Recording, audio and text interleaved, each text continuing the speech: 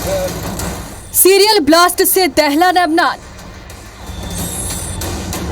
Pager बना तबाही का हथियार।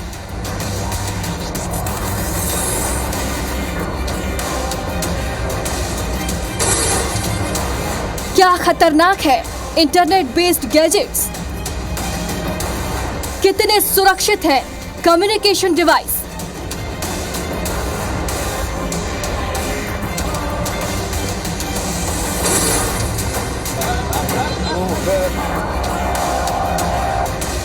क्या डिजिटल वॉर की ओर बढ़ रही दुनिया? हर हाथ में बम, हर घर में बारूद। डिजिटल अटैक चुनौती बने गैजेट्स।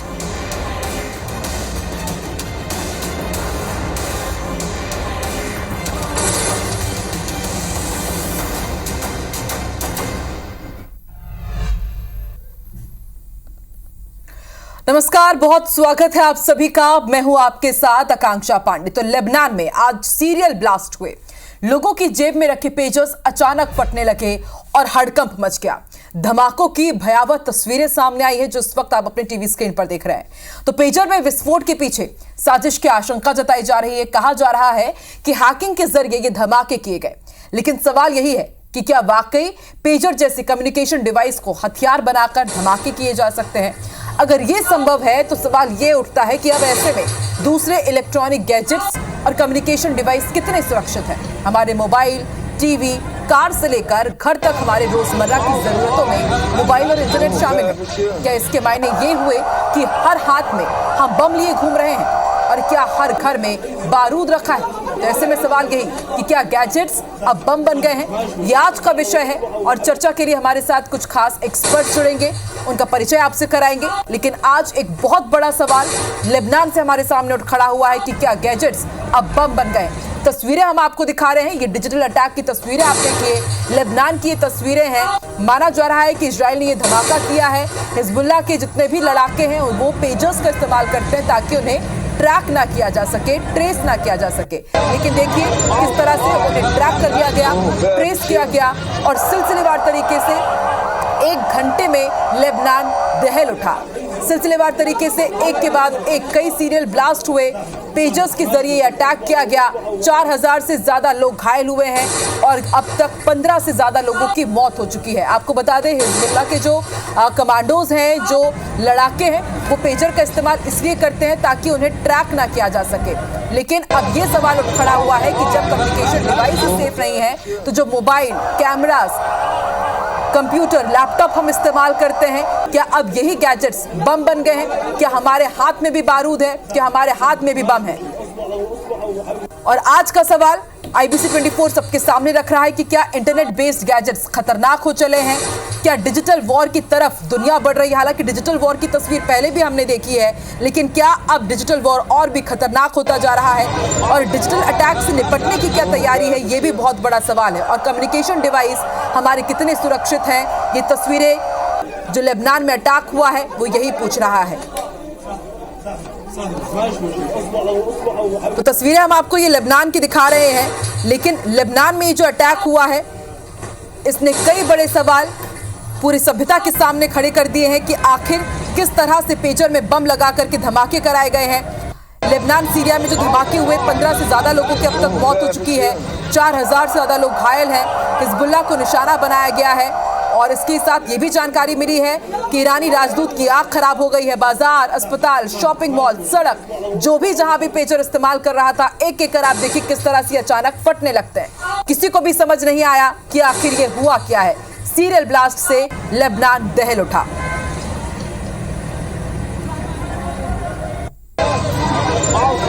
तो लेबनान में मौजूद ईरान के राजदूत भी शामिल हैं जो घायल हुए हैं। सीरिया में भी कुछ पेजर्स में धमाके हुए और हिजबुल्लाह ने साफ कर दिया है कि वो इस हमले के लिए दुश्मन इजराइल को जिम्मेदार मानता है। तो ये एक प्रकार का डिजिटल अटैक है। इससे सबसे बड़ा सवाल यही कि क्या हमारे इलेक्ट्रॉनिक गैजेट्स अब बम बन गए हैं?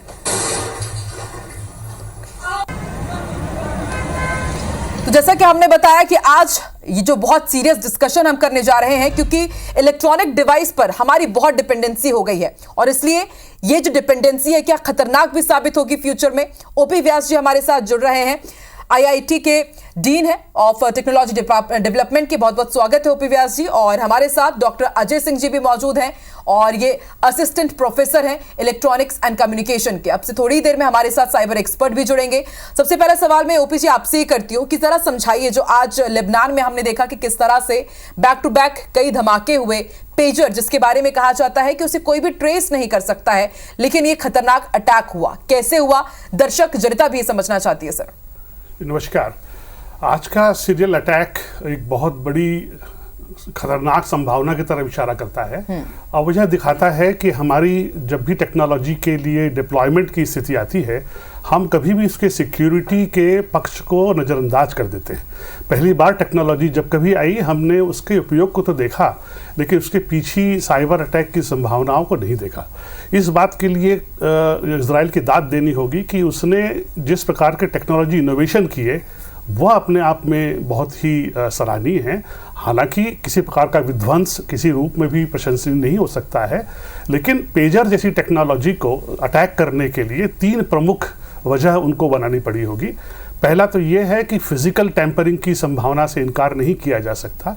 जिस बड़े स्तर पे ये अटैक हुआ है, ये तभी संभव हो सकता है, ज़्यादा संभावना इस बात की है कि जब ये पेजर सप्लाई चेन के सीरीज में सीक्वेंस में रहे होंगे, सप्लाई हो रहे होंगे, उस समय इन पे फिजिकल टेम्परिंग शायद की गई हो, इसकी संभावना ज़्यादा है।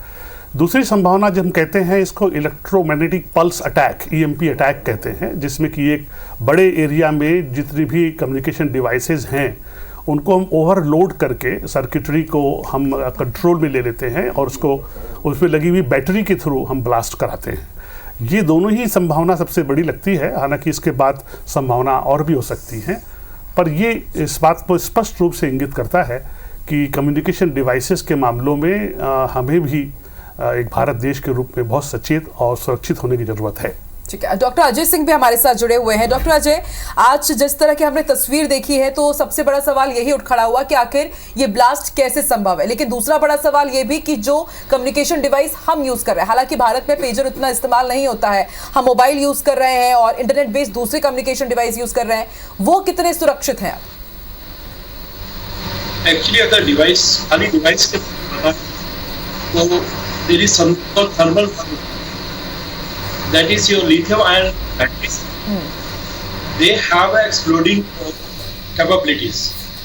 लेकिन वो एक्सप्लोजन इतना ज़्यादा नहीं होगा जितना ये हुआ है, तो इसलिए डिवाइस टेम्परिंग का ज़्यादा चांसेस है।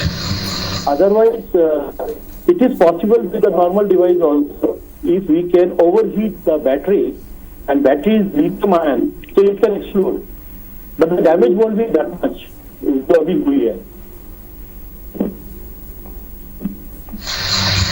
डॉक्टर अजय बता रहे हैं कि लिथियम आयन बैटरीज का इसमें इस्तेमाल होता है, लेकिन ये इतना एक्सप्लोसिव हो जाएगा शायद ये भी किसी ने नहीं सोचा होगा। और साइबर एक्सपर्ट हमारे साथ शोभित चतुर्वेदी जी भी जुड़ चुके हैं। शोभित जी, आपसे मैं समझना चाहूंगी कि जिस तरह के ब्लास्ट हुए हैं लेबनान में, 15 से ज्यादा लोगों की मौत हो जाती है, 4000 से ज्यादा लोग घायल हैं और अचानक एक एक करके जितने भी पेजर थे, ये कैसे पॉसिबल है? क्या इन्हें हैक करके इस तरह से मतलब कुछ संभावना है, या फिर ये भी कहा जा रहा है कि जहां पर ये बने हैं तभी से ये पूरी साजिश की शुरुआत हो चुकी, तो क्या ये भी पॉसिबल है?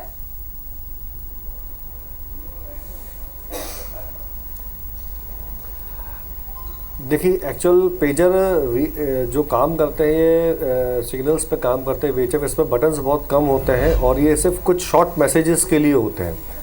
बट एक्चुअल पेजर्स की हम बात करें या कीपैड वाले मोबाइल की हम बात करें, क्योंकि ये किस्से काफ़ी पुराने हैं और ऐसे साइबर अटैक देखे गए हैं कि इनके पास जो मैसेज की ग्रांड होती है वो इतनी फ्रिक्वेंसी बढ़ा देते हैं हार्डवेयर की कि बैटरी जो है वो ब्लास्ट हो जाती है हीटअप करके। और ऐसे ही कुछ शायद मेरे ख्याल से इजराइल में हुआ है, क्योंकि फिज़िकली हम वो चीज़ देख नहीं सकते और जो हम चीज़ समझ पा रहे हैं और देख पा रहे हैं वो यही है कि ब्लास्ट जो हुआ है, क्योंकि उन्होंने एक फिशिंग अटैक किया, लगातार इतने सारे लोगों के नंबर्स पे एक साथ एक नंबर मैसेजेस गए, बल्क मैसेज गए हैं और वो मैसेज के साथ वो कोडिंग्स गई हैं, जिसके कारण वो बैटरीज जो है वो फ्यूज्ड हुई हैं, मतलब ब्लास्ट हुई हैं। और ये चीज़ सिस्टम्स में हो चुकी, कई जगह ये सिस्टम्स में करते हैं लोग, तो कहीं ना कहीं ये एक अटैक का मामला है, साइबर अटैक का मामला है और इसको बहुत धैर्य से सब चीज़ को समझना चाहिए। लेकिन शोभित, आपसे ये भी समझना चाहेंगे कि रेडियो फ्रीक्वेंसी पर काम करता है पेजर, ये हम सभी जानते हैं, और हम अब जो मोबाइल यूज करते हैं वो इंटरनेट बेस्ड है, यानी कि ये और खतरनाक साबित हो सकते हैं। तो ये कहना गलत नहीं होगा कि हम भी हमारे हाथ में बम लिए घूम रहे हैं, और यदि कोई इन्हें ट्रेस कर लेगा, अटैक कर देगा, तो ये भारत के साथ ही दूसरी दुनिया के लिए भी, दूसरे देशों के लिए भी उतना ही खतरनाक है।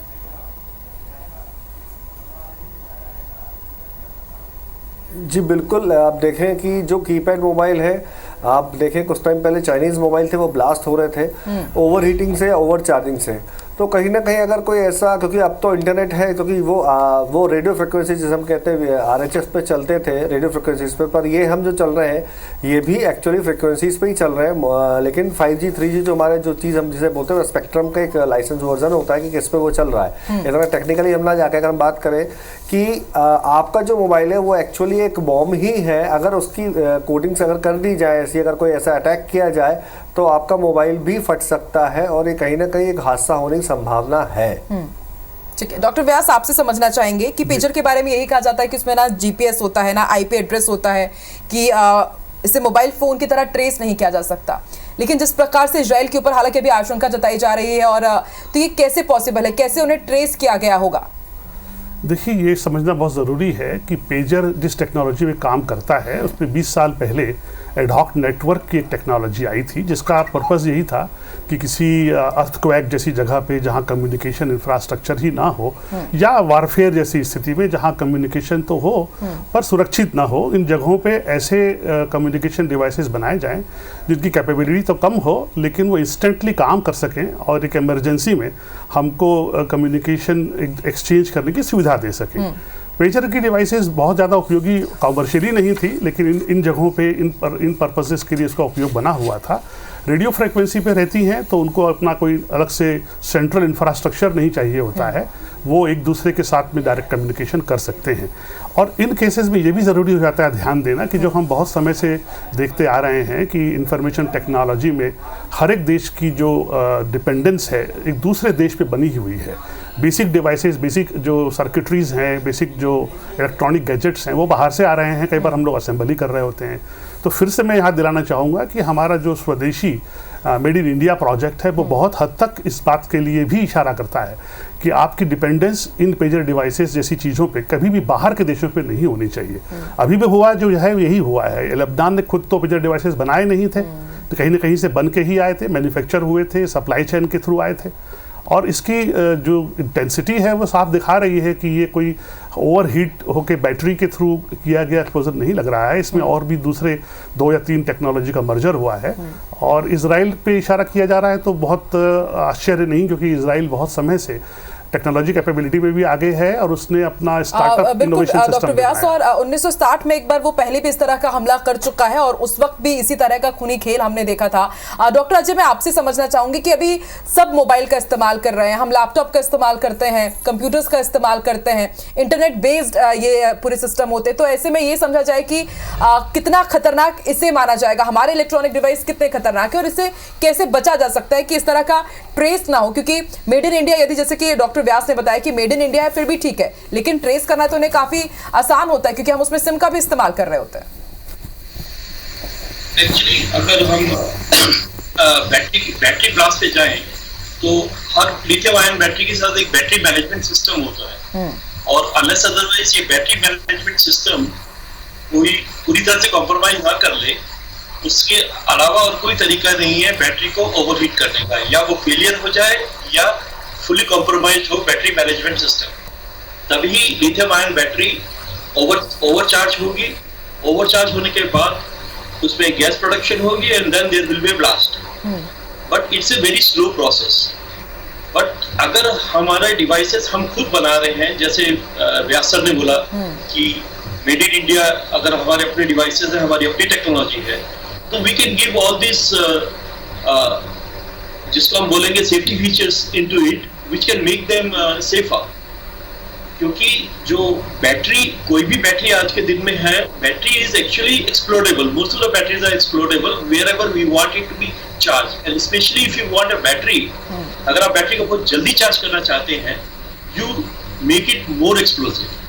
सो there is always a trade off between what we need. But अगर हमारे सेफ्टी फीचर्स अच्छे हैं तो ये this will be very minor and also एक जो बैटरी ब्लास्ट होता है it can not be fatal, but यहाँ पर जो ब्लास्ट हुए हैं दे वर फैटल। आप जो ब्लास्ट की इंटेंसिटी देखिए काफी ज्यादा थी, वो इंटेंसिटी केवल बैटरी ब्लास्ट से मेरा नहीं ख्याल की वो आ पाएगी। तो इसका बाकी बैटरी ब्लास्ट के अलावा भी जैसे कि डॉक्टर व्यास ने भी कहा, शोभित ने भी कहा कि बाकी कुछ और भी यहाँ पर कुछ किया गया है ट्रेस या ट्रैक करके, या फिर जहां से इसकी शुरुआत हुई है ताइवान से कहा जा रहा है कि इसको इनबिल्ट करवाया गया था और तभी से यहाँ पर साजिश रची जा रही थी। Yes, you are right. Actually, Taiwan itself is under a trade embargo right now. तो उनका जो ट्रेड पाथ है, that is diverted. तो बीच में कहीं से ये कंसाइनमेंट आगे पीछे हुई है and they have implanted some sort of explosive. That is what I feel. Shobhit, आपसे समझना चाहेंगे कि अभी तक हम देख रहे थे कि एक्सप्लोजिव्स का काफी इस्तेमाल किया जा रहा है, भले ही वो रूस या यूक्रेन की युद्ध की बात हो या फिर अभी हम देख रहे थे कि इजराइल ने भी धमाके किए, लेकिन गोला बारूद, बम, रॉकेट, इसका इस्तेमाल किया जा रहा है। लेकिन अब क्या हम डिजिटल वॉर की तरफ बढ़ रहे हैं, इलेक्ट्रॉनिक वॉर की तरफ बढ़ रहे हैं? हालांकि पहले भी इसका इस्तेमाल हुआ है सेकेंड वर्ल्ड वॉर में, तो क्या अब ये और खतरनाक साबित होता जाएगा, क्योंकि अब ये तो बहुत इजीली एक्सेसिबल हो जाएगा?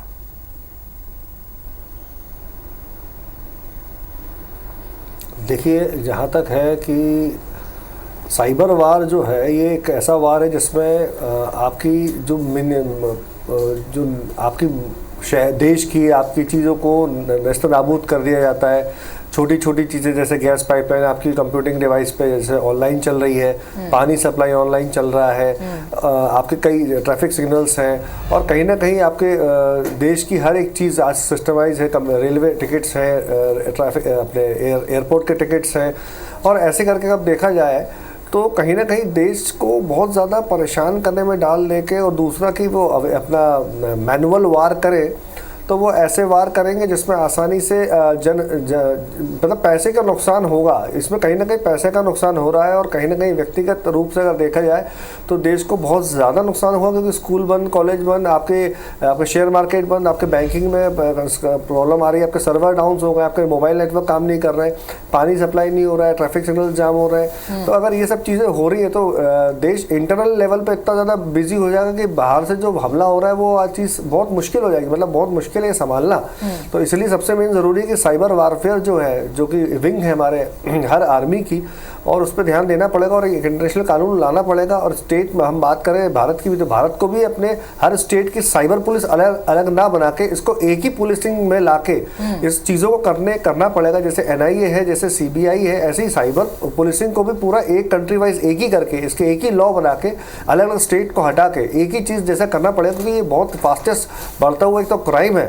और अगर हम बात करके विदेशी आक्रमण अगर ऐसा साइबर क्राइम से होता है तो कहीं ना कहीं देश को और हमारे सरकार को सोचना पड़ेगा कि ये दूसरों के साथ हो सकता है, तो क्या हमारे साथ होने की संभावना में हम क्या तैयारी करें? अटैक ने तमाम सरकारों के सामने यही सवाल खड़ा कर दिया है कि वहां पर हो सकता है तो यहां भी ये जरूर हो सकता है, क्योंकि देखिए एक अलग सी ही वॉर की तरफ हम आगे बढ़ रहे हैं और ये एक खतरे की घंटी भी है, और जरूरी यही कि उससे पहले हम सचेत हो जाए, और इसलिए हमारा ये डिस्कशन बहुत ज्यादा इंपॉर्टेंट भी हो जाता है। डॉक्टर व्यास, आपसे मैं समझना चाहूंगी कि साइबर वॉर की तरफ तो हम बढ़ रहे हैं, शोभित ने भी ये बताया कि कितना खतरनाक हो सकता है, लेकिन इस डिजिटल वॉर, साइबर वॉर से हम बचे कैसे, इसके लिए क्या स्टेप्स उठाने पड़ेंगे? शोभित ने भी कुछ सजेशंस दिए कि सरकार को इसके लिए और स्ट्रांगली काम करना पड़ेगा, लेकिन आप इलेक्ट्रॉनिक्स एंड कम्युनिकेशन की फील्ड से जुड़े हुए हैं, तो एक तरफ हम इनोवेशन की तो बात करते हैं, लेकिन उसके जो डिसएडवांटेजेस हैं शायद हम ये भूल जाते हैं क्या?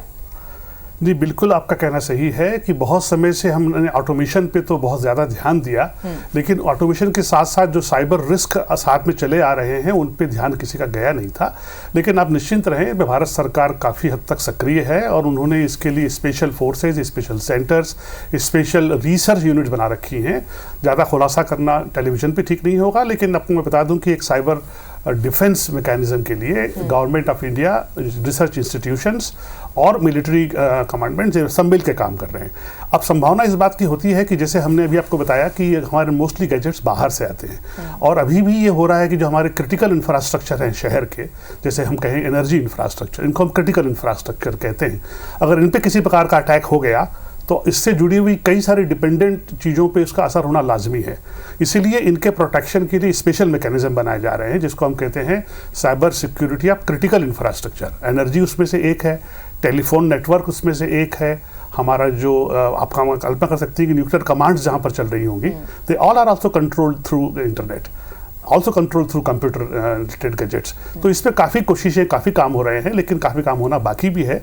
बहुत जगहों पे पिछले कुछ सालों में पावर प्लांट्स की सप्लाई हुई और टिपिकल गवर्नमेंट ऑर्गेनाइजेशन में जैसे नियम होते हैं, L1 को कॉन्ट्रैक्ट दिए गए, मालूम पड़ा कि बहुत सारे चाइनीज़ मेक के प्रोडक्ट्स थे जो कि L1 में क्वालिफाई कर गए थे। तो बहुत जगह गवर्नमेंट ने इनको अलग से बैन किया हुआ है, इन्होंने जारी की हुई है लिस्ट कि इनके नाम से कोई भी ऑर्डर जारी ना किए जाएं। तो कई प्रकार की चीज़ें हैं, कई स्तरों पे चल रही हैं, लेकिन इसमें कोई राय नहीं कि जो जागरूकता है उसकी निश्चित रूप से कमी है। हम साइबर सिक्योरिटी के लिए जागरूक नहीं हो पाए। बिल्कुल। और डॉक्टर व्यास, हम भी रोजाना इस तरह की न्यूज़ देख रहे हैं कि साइबर अटैक हो रहा है और साइबर क्राइम कितना बढ़ रहा है, और ठगी से जुड़े हुए तो हम कितने केसेस बताते हैं, लेकिन उसके बाद भी जागरूकता की कितनी कमी कि आए दिन लोग ठगों का शिकार होते हैं। डॉक्टर अजय, मैं आपसे ये समझना चाहूंगी कि जैसे कि आपने एक बात कही, सजेशन आपने दिया कि मेड इन इंडिया पर हमें ज्यादा फोकस करना चाहिए, मोबाइल्स हो या फिर दूसरे इलेक्ट्रॉनिक गैजेट्स हैं जो इंडिया में ही बने, डिपेंडेंसी उस पर बढ़ाई जाए। लेकिन अभी इतना पॉसिबल नहीं है, क्योंकि अभी हम बहुत से ऐसे मोबाइल और मैक्सिमम कंपनीज जो बाहर से आती है हम उन्हीं के मोबाइल यूज कर रहे हैं। तो ये भी तो एक बहुत बड़ी दिक्कत है कि उन्हें रिप्लेस करना, और जब तक क्या ये सारी चीजें ठीक नहीं हो जाएंगी तो हम रिस्क में है कि हम बारूद के ढेर पर बैठे हुए हैं, ऐसा नहीं कहा जा सकता? एक्चुअली आज के दिन में भी most of the mobile are made in India only, actually they are assembled in India. हमें अभी टेक्नोलॉजीज, स्पेशली जो सिलिकॉन टेक्नोलॉजीज है, उसमें बहुत ज़्यादा ध्यान देने की बात है, क्योंकि जब तक हम चिप अपनी नहीं बनाएंगे तब तक हम पूरी डिपेंडेंसी नहीं आएगी हमारी मेड इन इंडिया पे। तो अब इसके लिए ऑलरेडी मिशन मोड पे काम चल रहा है। Indian government is working on semiconductor mission. तो हम ये एक्सपेक्ट कर सकते हैं कि नेक्स्ट 4 से 5 साल तक हम शायद अपनी चिप्स भी हम खुद बनाएं, तो फिर हमारी टोटल डिपेंडेंसी नहीं होगी किसी भी के ऊपर भी, मोबाइल टेक्नोलॉजी और इन सब चीज़ों के लिए। पर आज के दिन में डेफिनेटली जब तक हमारा ये सब अपनी टेक्नोलॉजीज डेवलप नहीं होती तब तक हमें डिपेंडेंट रहना पड़ेगा। पर वहाँ पर हम थोड़ा सा ये विचार करके सामान ले सकते हैं कि who are our friends and who are our force.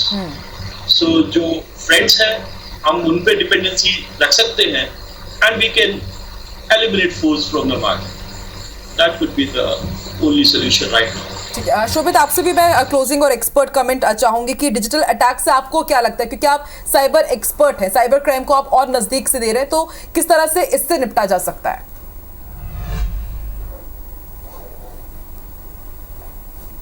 देखिए, सबसे मेन चीज़ है कि साइबर में अगर हम अवेयरनेस रखें, जागरूकता रखें, लोगों को जागरूक करें, और जितना लोग जागरूक होंगे और जितना लोग अवेयर रहेंगे, जानेंगे अपने डिवाइसेस के बारे में, अपनी चीज़ों के बारे में, इलेक्ट्रॉनिक्स आइटम के बारे में, उतना वो सेफ़ रहेंगे। दूसरा हम बात करें, अगर हम साइबर वारफेयर की बात करें कि अगर साइबर वार अगर होने की संभावना है, तो गवर्नमेंट ऑफ इंडिया काम कर रही है। लेकिन मैं फिर दोबारा कहूँगा, एक नेशनल लेवल पे एक तो अवेयरनेस कैंपेन की पूरा चलाना चाहिए। दूसरा नेशनल लेवल पे कि सारे स्टेट्स अलग, अभी जो स्टेट्स में MP से कुछ केस होता है, क्राइम होता है, तो वो दूसरे स्टेट जाने में टाइम लगता है। अगर इसको पूरा एक सिंगल ऑल इंडिया में एक ही पूरा कर दे, एक जैसे हम बैंकिंग कहते हैं CBS होती है, ऐसी जैसे CBI है, पूरा एक ही है, NI है, पूरा एक ही है, तो पूरे स्टेट वाइज एक ही साइबर को अगर हम कर दें तो काफ़ी चीज़ें हद तक हम बहुत जल्दी से चीज़ों को पकड़ पाएंगे, चीज़ों को रिजॉल्व कर पाएंगे और बहुत सारी चीज़ें कर पाएंगे। जैसे अभी अमित शाह जी ने कहा था कि हर स्टेट में 5-5 हज़ार साइबर कमांडो बनने चाहिए, और वो ये सब सोशल मीडिया की चीज़ें देखेंगे और सभी। बिल्कुल शोभित, आप बता रहे हैं कि जैसे कि दूसरे क्राइम से निपटने के लिए कंसोलिडेशन तरीके से हम आगे बढ़ रहे हैं, उसी तरह साइबर क्राइम और साइबर अटैक से बचने के लिए भी हमें एकजुटता के साथ काम करना होगा, कंसोलिडेशन के साथ काम करना होगा और जागरूकता। डॉक्टर अजय ने भी यही कही और डॉक्टर OP व्यास जी ने यही कही और शोभित ये कह रहे कि अवेयरनेस बहुत ज्यादा जरूरी है और सरकार इसके लिए काम कर ही रही है, और लेबनान जैसा हाल दूसरे देशों का ना हो, इसलिए हमने ये डिस्कशन किया और ये जानने की कोशिश की कि क्या अब इलेक्ट्रॉनिक डिवाइस भी बम बन चुके हैं और ये हमारे लिए कितना खतरनाक साबित हो सकता है। बहुत बहुत शुक्रिया डॉक्टर अजय, डॉक्टर व्यास और शोभित हमारे साथ जुड़ने के लिए आज के इस खास कार्यक्रम में। देखते रहिए IBC 24। नमस्कार।